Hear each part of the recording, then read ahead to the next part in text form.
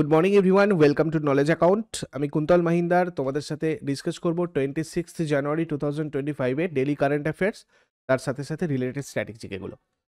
Knowledge account official অ্যাপটা তোমরা download করে রেখো পিডিএফ মক টেস্ট নোটসের জন্য। আর জানুয়ারি, আগস্ট থেকে ডিসেম্বরের কারেন্ট অ্যাফেয়ার্স তোমাদের ইবুক সেকশনে আপডেট হয়ে গেছে। আর কোর্স সেকশনে গেলে তোমরা এই দুটো কারেন্ট অ্যাফেয়ার্স 2024-এর 2000 part 1 part 2 current affairs related static GK tables আর শুধু স্ট্যাটিক জিকে টেবিলস, এছাড়া এক্সট্রা বেনিফিট হিসাবে 2024-এর সমস্ত কারেন্ট অ্যাফেয়ার্সের মক টেস্ট, 2023-এর সমস্ত কারেন্ট অ্যাফেয়ার্সের মক টেস্ট আর স্ট্যাটিক জিকের 1000+ ইম্পর্টেন্ট কোয়েশ্চেনের মক টেস্ট, এটা তোমাদের একটা বান্ডিল এইখানে পাবে তোমরা কোর্সেসের ভেতরে গিয়ে। এবং এই প্রাইজে তোমরা এটা 26 জানুয়ারি পর্যন্ত পাবে। রেলওয়ের জন্য তোমাদের এই স্পেশাল ব্যবস্থাটা করা হয়েছে, তোমাদেরই রিকোয়েস্ট ছিল। তো যারা যারা বলেছিলে তারা অবশ্যই এখান থেকে এটাতে জয়েন করে নিও। তোমাদের 1 বছর ধরে ভ্যালিডিটি থাকবে, যতবার খুশি তোমরা এখানে প্র্যাকটিস করতে পারবে এগুলো। আজকে আমাদের রিপাবলিক ডে 26 জানুয়ারি, দেশের 76তম প্রজাতন্ত্র দিবস 2025। প্রথম ভারতীয় প্রজাতন্ত্র দিবস 26 জানুয়ারি 1950 সালে পালিত হয়েছিল। 26 নভেম্বর 1949 সালে সংবিধানটা গণপরিষদ দ্বারা গৃহীত হয়েছিল এবং 1950-এর 26 জানুয়ারি ভারত প্রজাতন্ত্র এবং মানে অ্যাকচুয়ালি সংবিধান কার্যকর হয়েছিল। ঠিক আছে, এই দিনে তো ইতিহাসে সেই কারণে এই আমাদের এই দিনটাকে স্মরণীয় করে রাখার জন্য, মানে 26 জানুয়ারিটাকে আমরা প্রত্যেক বছর এই দিনে প্রজাতন্ত্র দিবস পালন করি। আর এই দিনটাতেই 1965 সালে হিন্দিকে ভারতের রাষ্ট্রভাষা হিসেবে ঘোষণা করা হয়েছিল। পরের প্রশ্নে চলে আসবো আমরা। আজকে কি কি কোয়েশ্চেন্স আছে দেখে নেবো এবার। গ্লোবাল ফায়ার পাওয়ার ইন্ডেক্স 2025-এ ভারতের স্থান কি ছিল? তো দেখো, এখানে ছিল চতুর্থ গ্লোবাল ফায়ার পাওয়ার ইন্ডেক্স 2025-এ ভারতের স্থান। গ্লোবাল ফায়ার পাওয়ার ইন্ডেক্স 2025 দ্বারা মার্কিন যুক্তরাষ্ট্র, রাশিয়া আর চীনের পরে ভারত বিশ্বের চতুর্থ শক্তিশালী সামরিক বাহিনী হিসাবে স্থান পেয়েছে। এই সূচকের একদম শেষে আছে ভুটান 145তম স্থানে। গ্লোবাল ফায়ার পাওয়ার ইন্ডেক্স যেটা, এটা 2006 সাল থেকে প্রত্যেক বছর গ্লোবাল ফায়ার পাওয়ার .com নামের একটা ওয়েবসাইটে প্রকাশ করা হচ্ছে। গ্লোবাল ফায়ার পাওয়ার ইন্ডেক্স 145টা টোটাল দেশের যে সামরিক শক্তি সেইটাকে কম্পেয়ার করে, মানে স্থল, সমুদ্র, আকাশ সব 3 ধরনের আর কি সামরিক শক্তি, সেটাকে কম্পেয়ার করে তাদের যুদ্ধ নির্মাণের ক্ষমতা, মানে তারা যুদ্ধ যদি হয় তারা কতটা সেখানে সক্ষম, সেটার উপর ভিত্তি করে কার কীরকম কি অস্ত্রশস্ত্র আছে, কতটা কীরকম কি সৈন্যবাহিনী আছে, এগুলোর উপর বেস করে এই ইন্ডেক্সটা অ্যাকচুয়ালি বানানো হয়। এরকম 10টা টপ কান্ট্রি আমরা যদি দেখি গ্লোবাল ফায়ার পাওয়ার ইন্ডেক্সে, প্রথমে আছে ইউনাইটেড স্টেটস অফ আমেরিকা, তারপরে আছে রাশিয়া, তারপরে আছে চায়না, তারপরে আমাদের ইন্ডিয়া আছে 4 নম্বরে, সাউথ কোরিয়া, তারপরে ইউনাইটেড কিংডম, তারপর ফ্রান্স, তারপর জাপান, তারপর তুর্কি, তারপর ইটালি। এরকম 10টা সব থেকে মোস্ট পাওয়ারফুল কান্ট্রি এই দিক থেকে আর কি। ডেজার্ট ফেস্টিভ্যাল 2025 অনুষ্ঠিত হবে কোথায়? ডেজার্ট ফেস্টিভ্যাল কোথায় হবে? এটা আমাদের জয়সালমীরে হবে। 4টি রাজস্থানের জায়গা অপশানে ছিল। জয়সালমীর মরুভূমি উৎসবটা একটা বার্ষিক অনুষ্ঠান, প্রত্যেক বছর হয়। ফেব্রুয়ারি মাসে সুন্দর শহর জয়সালমীরে হয়। মারু মহোৎসব জয়সালমীরের একটা হিন্দু মাসে মাঘ পূর্ণিমার 3 দিন আগে অনুষ্ঠিত হওয়া একটা উৎসব। এটা থর মরুভূমির শ্যাম টিলায় সুন্দর টিলাগুলোর মধ্যে উদযাপিত হয়। জয়সালমীর মরুভূমি উৎসবের তারিখ আর স্থান হচ্ছে 22 ফেব্রুয়ারি থেকে 24 ফেব্রুয়ারি। ঠিক আছে, এরকম ডেজার্ট ফেস্টিভ্যাল জয়সালমীরে যেমন হয়, তেমন তোমাদের খুব আছে। ক্যামেল ফেস্টিভ্যাল কোথায় হয়? বিকানেরে হয়। নাগৌর ফেস্টিভ্যাল, নাগৌর, এখানে তোমার সেই নাগৌর জেলা যেখানে প্রথম পঞ্চায়েত হয়েছিল। পুষ্কর ফেয়ার পুষ্করে, এলিফ্যান্ট ফেস্টিভ্যাল জয়পুরে হয়। খুব ভালো করে মনে রাখবে তোমাদের। মেওয়ার ফেস্টিভ্যাল উদয়পুরে, উইন্টার ফেস্টিভ্যাল মাউন্ট আবুতে, কাইট ফেস্টিভ্যাল জয়পুরে, লিটারেচার ফেস্টিভ্যাল জয়পুরে, বানেশ্বর ফেয়ার দুনগেরপুরে হয়। নেক্সট কোয়েশ্চেনে যাওয়ার আগে সবাইকে আমি আরও একবার মনে করিয়ে দিই, দেখো তোমাদের 23 থেকে 26 জানুয়ারি পর্যন্ত রিপাবলিক ডে অফার চলছে, যেখানে তোমরা জয় হিন্দ কুপন কোড ইউজ করে যে কোনো ব্যাচ 15% ডিসকাউন্টে জয়েন করতে পারবে। তো এটার জন্য আরও ডিটেলসের জন্য তোমরা এই নাম্বারে হোয়াটসঅ্যাপ অথবা কল করে রাখো। আমাদের অ্যাপটা ডাউনলোড করে কোর্স সেকশনে চলে যাও, প্রত্যেকটাতে জয় হিন্দ কুপন কোড ইউজ করলেই তোমরা 15% ডিসকাউন্ট পাবে। নেক্সট কোয়েশ্চেন, গঙ্গাধর ন্যাশনাল অ্যাওয়ার্ডে ভূষিত হবেন প্রতিভা সৎপথী। ইনি কোন ভাষার কবি? গঙ্গাধর ন্যাশনাল অ্যাওয়ার্ডে ভূষিত হবেন প্রতিভা সৎপথী। ইনি হচ্ছেন ওড়িয়া ভাষার একজন কবি। প্রখ্যাত ওড়িয়া কবি প্রতিভা সৎপথী সম্বলপুর বিশ্ববিদ্যালয় কর্তৃক 2023 সালের কবিতার জন্য গঙ্গাধর জাতীয় পুরস্কারে ভূষিত হয়েছেন। সম্বলপুর বিশ্ববিদ্যালয়ের 58তম প্রতিষ্ঠা দিবসে 5ই জানুয়ারি 2025 এই পুরস্কার প্রদান করা হয়। প্রতিভা সৎপথী 1960-এর দশকে তার প্রশংসিত কাজ শেষা জানহা দিয়ে বিশিষ্টতা অর্জন করেছিলেন। 1989 সালে প্রতিষ্ঠিত গঙ্গাধর জাতীয় পুরস্কারের মধ্যে রয়েছে একটি সম্মাননাপত্র, একটা শাল আর 1 লাখ টাকা নগদ পুরস্কার। এই কবিতার জন্য গঙ্গাধর জাতীয় পুরস্কার হচ্ছে সম্বলপুর বিশ্ববিদ্যালয় কর্তৃক একটা সাহিত্য ক্ষেত্রে দেওয়া সাহিত্য পুরস্কার। এর নামকরণ করা হয়েছে গঙ্গাধর মেহের।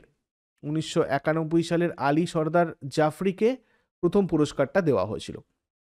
প্রথম কোন রাজ্য বন বাস্তুতন্ত্রকে গ্রিন জিডিপির সাথে যুক্ত করেছে? ছত্তিশগড় বন বাস্তুতন্ত্রকে গ্রিন জিডিপির সাথে যুক্ত করেছে। ছত্তিশগড় প্রথম রাজ্য যেটা সবুজ গ্রস ডোমেস্টিক প্রোডাক্টের সাথে বন ইকোসিস্টেমকে যুক্ত করেছে। ছত্তিশগড় একটা উদ্ভাবনী পরিকল্পনা চালু করেছে যেটা তার বনের বাস্তুতন্ত্র পরিষেবাগুলোকে সবুজ জিডিপির সাথে সংযুক্ত করে। সবুজ গ্রস ডোমেস্টিক প্রোডাক্ট জিডিপি, দেখো গ্রিন জিডিপি জিনিসটা কি? এটা সাধারণত পরিবেশগত ক্ষতির জন্য মানে সামঞ্জস্য করার পরে প্রকাশ করার জন্য ব্যবহার করা হয়। সবুজ জিডিপি হচ্ছে জলবায়ু পরিবর্তনের ফলে সৃষ্ট জৈব বৈচিত্র্যের ক্ষতির নগদীকরণ। ঠিক আছে, এটা ঐতিহ্যগত জিডিপি চিত্র থেকে সম্পদ হ্রাস এবং পরিবেশগত অবক্ষয় বিয়োগ করে গণনা করা হয়। অর্থনীতির পাশাপাশি সম্পদ পরিচালনার জন্য খুব সহায়ক এটা, আর এটা প্রাকৃতিক সম্পদের ব্যবহারের পাশাপাশি জড়িত খরচের জন্য দায়ী। এতে বায়ু ও জল দূষণ, বন্যা ও খরার মতো পরিবেশগত সংকটের কারণে জীবিকা হারানো এবং অন্যান্য কারণ থেকে উৎপন্ন চিকিৎসা খরচও অন্তর্ভুক্ত রয়েছে। তারপরে 1 জানুয়ারি 2025 থেকে একটা নতুন ট্যুরিস্ট ট্যাক্স চালু করেছে কোন দেশ? রাশিয়া এই ধরনের একটা ট্যুরিস্ট ট্যাক্স চালু করেছে। ট্যুরিস্ট ট্যাক্স একটা পর্যটন কর, যেটা পর্যটক বা পর্যটন শিল্প থেকে রাজস্ব উৎপন্ন করার লক্ষ্যে এক ধরনের কর। তো এটা সাধারণত সরকারগুলোর জন্য একত্রিত তহবিলের জন্য রাজস্ব তৈরির একটা উপায়। আঞ্চলিক পর্যটন অবকাঠামোকে সমর্থন করার জন্য ভ্রমণকারীরা তাদের থাকার খরচের অতিরিক্ত 1% প্রদান করে। 2024 সালের জুলাই মাসে রাশিয়ান ট্যাক্স কোডে একটা নতুন অধ্যায় এরকম পর্যটন করের অধীনে ট্যাক্সটা যুক্ত করা হয়েছে। 2025 সালে 1% থেকে শুরু করে 2027 সালের মধ্যে এটা 3% করা হবে এরকম বলা হয়েছিল। CR450 নামে বিশ্বের দ্রুততম হাই স্পিড ট্রেনের প্রোটোটাইপ উন্মোচন করেছে কোন দেশ? CR450 নামে বিশ্বের দ্রুততম হাই স্পিড ট্রেনের প্রোটোটাইপ এটা করেছে চীন। China unveiled the CR450, the world's fastest high-speed train with test speed 450 km/h and a commercial speed of 400 km/h. তারপরে সুকন্যা সমৃদ্ধি যোজনা কবে চালু করা হয়েছিল? সুকন্যা সমৃদ্ধি যোজনা চালু করা হয় 22 জানুয়ারি 2015-তে। 22 জানুয়ারি 2015-তে এই প্রকল্প উদ্বোধনের 10 বছর পূর্ণ হয়েছে, এবছর 2025-এ আর কি। তো মেয়েদের শিক্ষা আর বিবাহের জন্য সঞ্চয়কে উৎসাহিত করার জন্য 22 জানুয়ারি 2015 সালে সুকন্যা সমৃদ্ধি যোজনার উদ্বোধন করা হয়েছিল। এটা বেটি বাঁচাও বেটি পড়াও উদ্যোগের অধীনে একটা ক্ষুদ্র সঞ্চয় প্রকল্প যেটা মেয়ে শিশুদের ক্ষমতায়ন করার লক্ষ্যে কাজ করেছিল, মানে কাজ করে। 10 বছরের কম বয়সী মেয়েদের জন্য পিতামাতা আর আইনি অভিভাবকরা অ্যাকাউন্ট খুলতে পারেন। সর্বোচ্চ 1.5 লক্ষ টাকা পর্যন্ত বার্ষিক এটাতে জমা করা যায়। 21 বছর পর বা মেয়ের বিবাহের পর, যেটা আগে হবে আর কি, তখন এই অ্যাকাউন্টটা ম্যাচিওর হয়। আর এই প্রকল্পটা দেশ জুড়ে মেয়েদের শিক্ষা আর ভবিষ্যৎকে সমর্থন করার জন্য মানে নিশ্চিত করার জন্য খুব গুরুত্বপূর্ণ ভূমিকা পালন করে। তারপরে কোন ব্যাংকের নতুন সিইও হিসাবে নিযুক্ত হয়েছেন রজত বর্মা? ডিবিএস ব্যাংক ইন্ডিয়ার নতুন চিফ এক্সিকিউটিভ অফিসার হয়েছেন রজত বর্মা। ডিবিএস ব্যাংক লিমিটেড আগে নাম ছিল the development bank of Singapore limited. এটা প্রতিষ্ঠিত হয় 1968 সালের 16 জুলাই। এর হেডকোয়ার্টার ম্যারিনা বে ফিনান্সিয়াল সেন্টারে রয়েছে সিঙ্গাপুরের।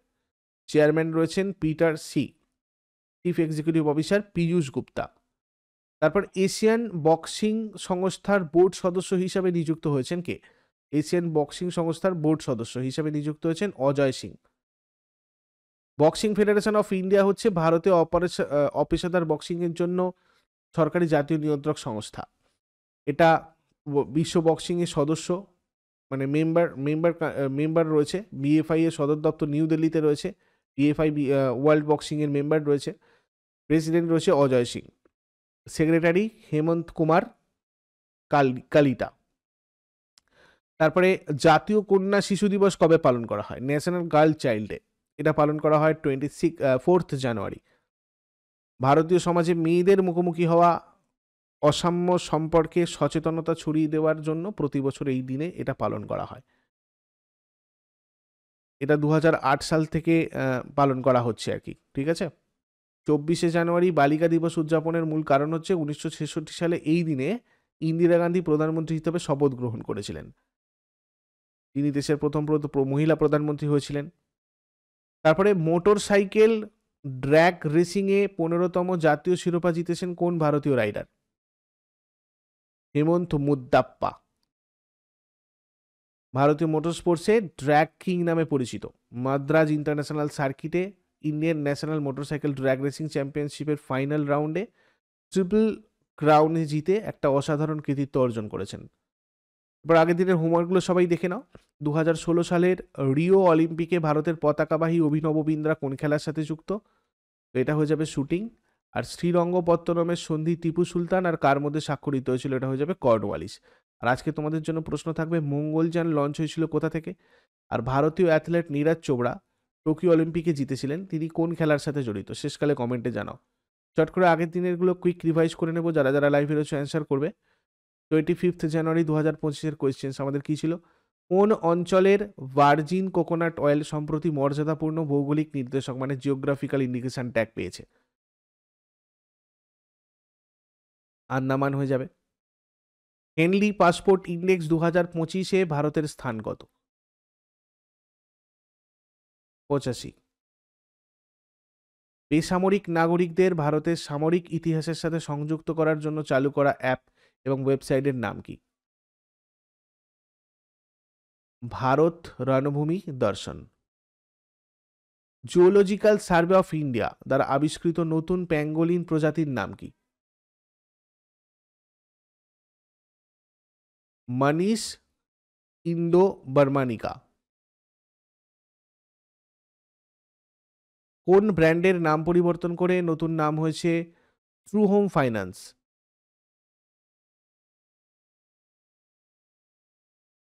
Shriram Housing Finance. কোন দেশের সাথে ব্রাহ্মোস মিসাইল এক্সপোর্ট ডিল স্বাক্ষর করবে ভারত? ইন্দোনেশিয়া। কোন সালটিকে সংস্কৃতি, পর্যটন এবং এআই এর জন্য ডুয়াল ইয়ার হিসাবে ঘোষণা করেছে ভারত ও স্পেন? 2026। R360 নেপচুন কোন দেশের তৈরি সাবসনিক ক্রুজ মিসাইল? ইউক্রেন। প্রতি বছর কোন তারিখে আন্তর্জাতিক শিক্ষা দিবস পালিত হয়? 24শে জানুয়ারি। 15th লাক্সা কাপ টুর্নামেন্টে 10 মিটার এয়ার রাইফেল গোল্ড কে জিতেছেন? কিরণ যাদব। এগুলো ছিল তোমাদের আগের দিনের প্রশ্ন। ইউজফুল বলে মনে হলে লাইক করো, শেয়ার করো, কমেন্ট বক্সে ফিডব্যাক জানাও। আর প্রতিদিন সকাল 6টার সময় ডেইলি কারেন্ট অ্যাফেয়ার্সের আপডেটের জন্য নলেজ অ্যাকাউন্টকে সাবস্ক্রাইব করে বেল আইকন প্রেস করে অলে ক্লিক করে নাও। Thank you so much, take care, have a great day.